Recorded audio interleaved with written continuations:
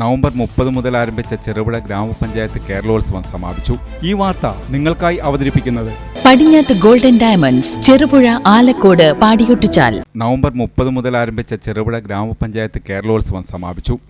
സമാപന സമ്മേളനവും സമ്മാനദാനവും പ്രാപ്പോയിൽ ഗവൺമെന്റ് ഹയർ സെക്കൻഡറി സ്കൂളിൽ നടന്നു. പഞ്ചായത്ത് പ്രസിഡന്റ് KF അലക്സാണ്ടർ അധ്യക്ഷത വഹിച്ചു. ചെറുപുഴ പഞ്ചായത്തിന് അഭിമാനകരമായ രീതിയിൽ പരിപാടി നടത്തിയ പ്രാപ്പോയിലെ മുഴുവൻ ആളുകളെയും എല്ലാവരെയും ചെറുപുഴ ഗ്രാമപഞ്ചായത്തിന് വേണ്ടി എൻ്റെ നന്ദി അറിയിക്കുകയും അഭിവാദ്യം ചെയ്യുകയും ചെയ്തുകൊണ്ട് ഈ ചടങ്ങിൻ്റെ ഔപചാരികമായ ഉദ്ഘാടന കർമ്മം നിർവഹിച്ചുകൊണ്ട് സംസാരിക്കുന്നതിന് ശ്രീ VK സുരേഷ് ബാബു അവരെ ആദരപൂർവ്വം ക്ഷണിക്കുന്നു.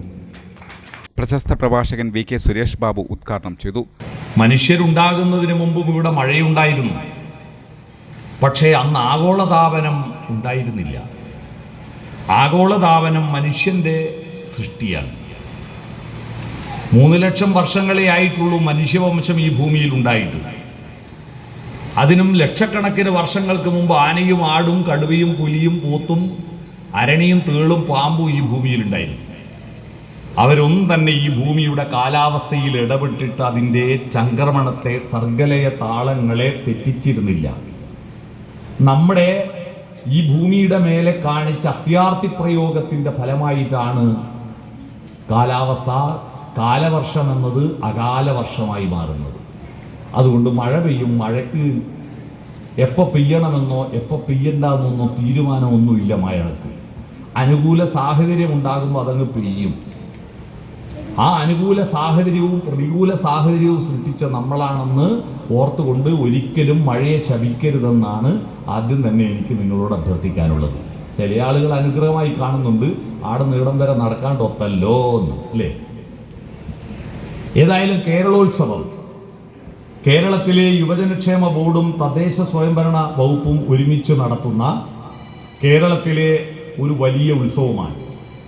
15 വയസ്സിന് ശേഷമുള്ള നമ്മുടെ യുവാക്കൾ അവർ വിദ്യാലയങ്ങളിൽ പഠിക്കുമ്പോൾ, കോളേജുകളിൽ പഠിക്കുമ്പോൾ വിദ്യാഭ്യാസത്തിൻ്റെ ഭാഗമായി നടക്കുന്ന മത്സരങ്ങളിൽ അവർക്ക് പങ്കെടുക്കാനും മാറ്റുരക്കാനും വികസിക്കാനും സമ്മാനം വാങ്ങാനും ഒക്കെ അവസരമുണ്ട്. എന്നാൽ ആ വിദ്യാഭ്യാസ പ്രക്രിയ കഴിഞ്ഞാൽ നമ്മുടെ യുവാക്കൾ പല തൊഴിലിലേർപ്പെടുന്നവരുണ്ട്, പല ജോലി ചെയ്യുന്നവരുണ്ട്. അവർക്കൊന്നും തന്നെ അവരുടെ കല തുടർന്നു കൊണ്ടുപോകാനുള്ള അവസരമുണ്ടായിരുന്നില്ല.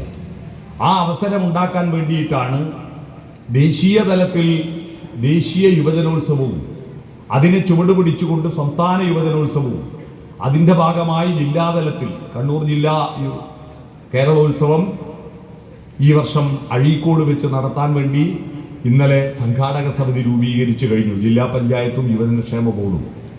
സാമൂഹിക, സാംസ്കാരിക, രാഷ്ട്രീയ പ്രതിനിധികൾ, ജനപ്രതിനിധികൾ, പ്രാപ്പോയിൽ ഗവൺമെന്റ് ഹയർ സെക്കൻഡറി സ്കൂൾ അധ്യാപകർ എന്നിവർ പ്രസംഗിച്ചു. ചടങ്ങിൽ 100 കണക്കിന് ആളുകൾ പങ്കെടുത്തു. വിജയികൾക്കുള്ള സമ്മാനങ്ങളും വിതരണം ചെയ്തു.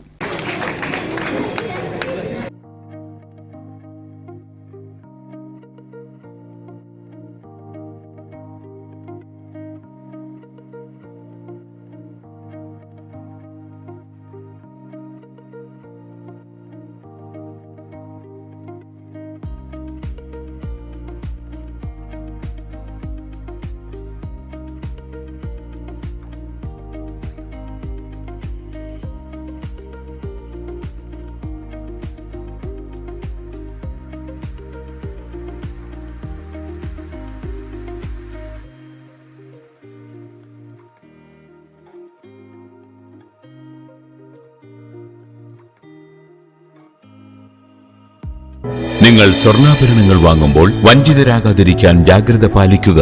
2023 ഏപ്രിൽ 1 മുതൽ സ്വർണ്ണ പരിശുദ്ധി ഉറപ്പുവരുത്തുന്നതിന് കേന്ദ്ര ഗവൺമെന്റ് ആഭരണങ്ങളിൽ HUID നിർബന്ധമാക്കിയിരിക്കുന്നു. 100% ആഭരണങ്ങളും HUID മുദ്ര ചെയ്ത മലയോര മേഖലയിലെ ഒരേയൊരു jewellery Padinjath golden diamonds, Cherupuzha, Alakode, Padiyottuchal. Wholesale division, Thrissur.